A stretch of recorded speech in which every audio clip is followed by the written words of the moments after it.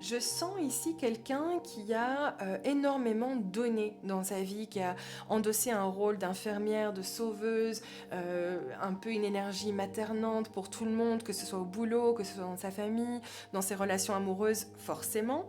Et je sens que tu arrives à la fin de ça. C'est comme si ce rôle, maintenant, c'est bon, ça t'avait tellement étouffé que tu arrives enfin à embrasser, à accueillir quelque chose de plus harmonieux. Tu es en pleine guérison de ta petite fille intérieure, ton ego ne prend plus autant de place et quand on parle d'ego, on parle forcément de blessures, comme si le passé n'avait plus autant d'impact sur toi. Tu arrives à t'en libérer, tu reviens dans le juste de qui tu es. Et donc c'est enfin moi je trouve ça très porteur, c'est magnifique parce que je sens que ça n'a pas été facile.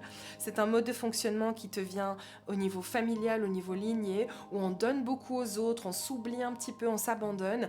Il se peut d'ailleurs que tu sois encore dans un entre-deux un peu confuse par rapport à comment mettre en place cette nouvelle façon de faire, cette nouvelle façon de voir la vie, les relations.